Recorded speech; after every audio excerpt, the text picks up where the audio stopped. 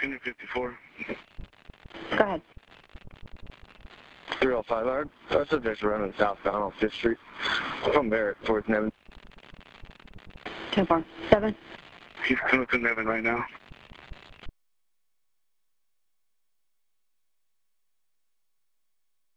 Okay, 56 on there. 10-4 and code 3-3. There we go. Let's push him back our way. He's got a gun in his right hand. He just shot around right now.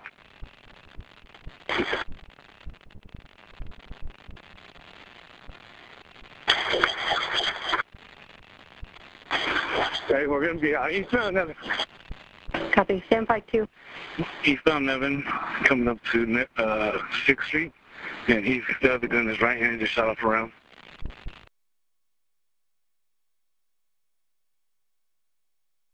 Any other unit to break?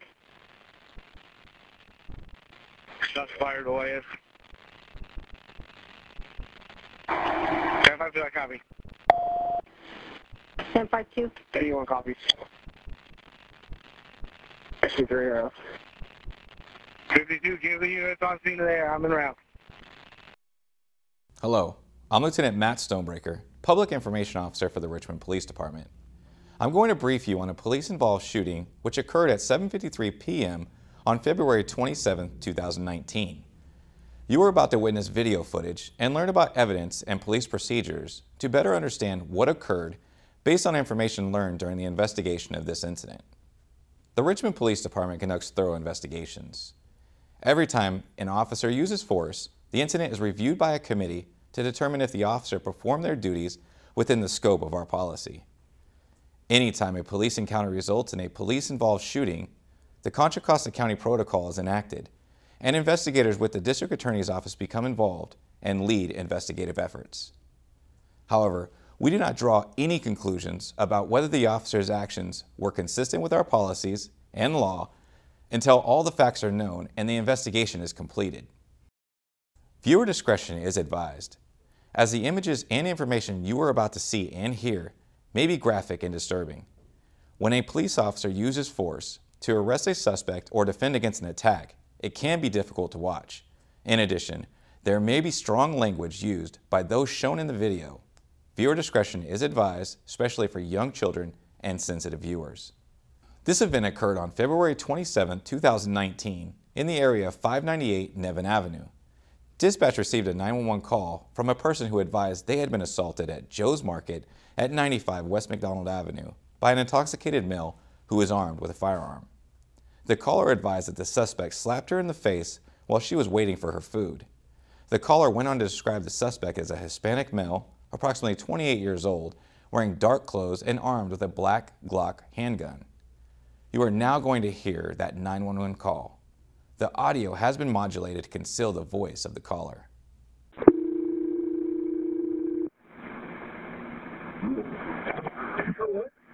Harrisville Police Department, your cell phone dialed 911?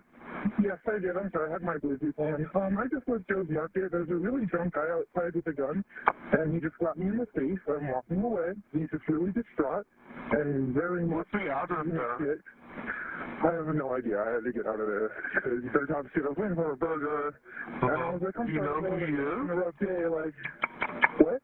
Do you know who he is? No, I do not, but he pulled a weapon out and started flashing me around. Did he point it at you? Nobody came up and shot me in the face. And I was like, bro. Officers responded to the area and were initially unable to locate the suspect. As officers continued to canvass the area, they observed a person matching the suspect's description walking in the area of 6th Street and Barrett Avenue. As RPD officers attempted to detain the suspect on Barrett Ave, the suspect fled on foot southbound on 5th Street. As the officers gave chase on foot, they quickly lost sight of the suspect. Shortly thereafter, officers heard a single gunshot not far away coming from the suspect's flight path. Officers broadcasted that information via their police radio that a shot had been fired. Detective Palma was nearby when he heard the officers were pursuing an armed suspect in the area. Detective Palma quickly drove into the area and parked his detective vehicle south of Nevin Ave on 6th Street to assist in setting a perimeter. While at this location, Detective Palma observed the suspect running eastbound on Nevin Ave on the south curb alongside the northern wall of the Nevin Community Center at 598 Nevin Ave. Detective Palma yelled, "Stop, Richmond police," but the suspect continued to run directly at him. As the suspect quickly closed the distance on Detective Palma began to make out a distinctive appearance of a longer than usual pistol magazine protruding from the suspect's moving hand. Detective Palma, knowing that a citizen had seen the suspect with a gun, as well as hearing the broadcast that the suspect had fired that gun while being pursued by RPD officers, believed that the suspect was an immediate threat to himself and the public. Detective Palma fired his duty pistol to stop the rapidly advancing threat. Once the suspect had been shot, he quickly tossed the extended magazine to the ground and complied with the order to lay on the ground. The suspect was immediately provided first aid by RPD officers at the scene until the arrival of EMS. The suspect was identified as Nahum Perez and was transported to the Contra Costa Regional Medical Facility for non-life-threatening injuries. RPD and Contra Costa District Attorney's Office investigators arrived at the hospital and interviewed the suspect. During the interview, Perez advised that he had recently had a family member killed in San Francisco and carried the gun for protection. Perez gave the following statements regarding being shot by RPD. When asked what Perez thought the police he came in contact with may have thought, he stated, quote, "They think I have a gun," end quote. Quote, "It could have been a lot worse," end quote. Quote, "I don't blame the police at all," end quote. When asked why Perez did not discard the magazine with the firearm, he stated, quote, "I don't know. I was drunk, man," end quote. All Richmond PD officers are required to wear and activate body-worn cameras during any level of enforcement action. Detective Palma responded to the scene quickly in an attempt to assist in locating and apprehending Perez, who was presenting an immediate threat to the community. In Detective Palma's quick response to the scene, he was unable to equip himself with a ballistic vest as well as his department-issued AVR. He was also wearing business attire. Detective Palma's primary course of daily duty involves investigating robbery-related crimes. Detective Palma is not required to wear a body-worn camera during his normal course of duty. A quick and fluid response from all available RPD personnel was required to protect the community from an armed and intoxicated suspect. You are now watching CCTV footage of Perez as he racks the slide of the firearm and then conceals it in his waistband.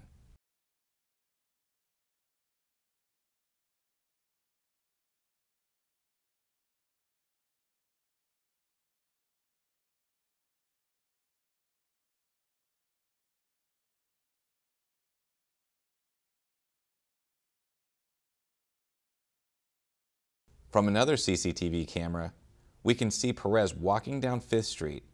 As RPD officers get closer to his location, he begins to run, simultaneously discarding the firearm into a nearby yard.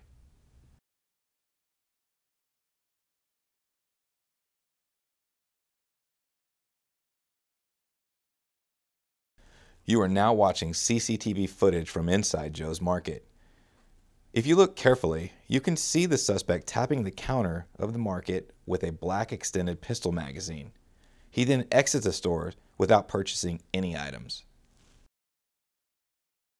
Lastly, we have CCTV footage of Perez fleeing from RPD officers on foot. RPD officers continue to give him commands to stop as he evades arrest.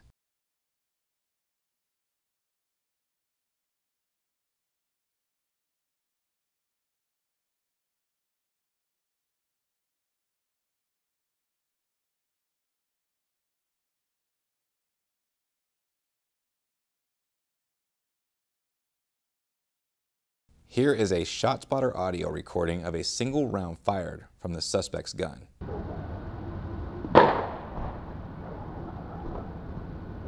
Here is a ShotSpotter audio recording of multiple rounds fired by Detective Palma.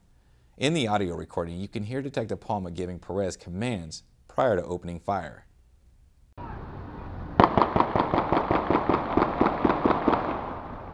Perez received treatment for his injuries at the Contra Costa County Regional Medical Center. Perez was booked and charged with felon in possession of a firearm, felon in possession of ammo, possession of a high-capacity magazine, and obstructing a police officer. Perez pled guilty to the listed charges. During this incident, there is no AVR captured from the uniformed officer's cameras who gave foot chase. That issue is being looked into administratively. This has been an RPD community briefing. We hope that you have found this informative as we continue in our pursuit of increasing transparency and productive community engagement. Let's continue this valuable partnership in keeping Richmond safe.